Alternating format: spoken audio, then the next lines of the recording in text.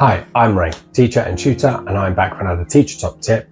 And today's Teacher Top Tip is part 4 in Maslow's hierarchy of needs, which, strangely, is the third one up. But anyway.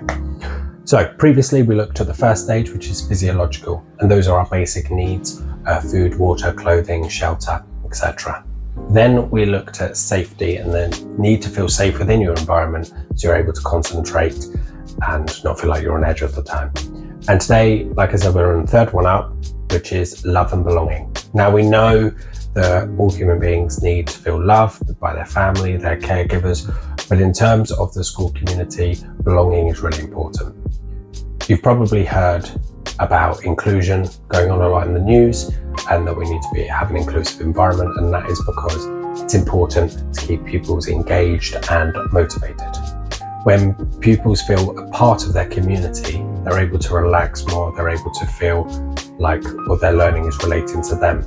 Whereas conversely, if they feel excluded in any way or feel bullied in their environment or like the odd one out, that will and then in turn make them feel a bit unsafe, going back down to the next level in Maslow's hierarchy, and therefore we're coming back to that alertness, not being able to pay attention.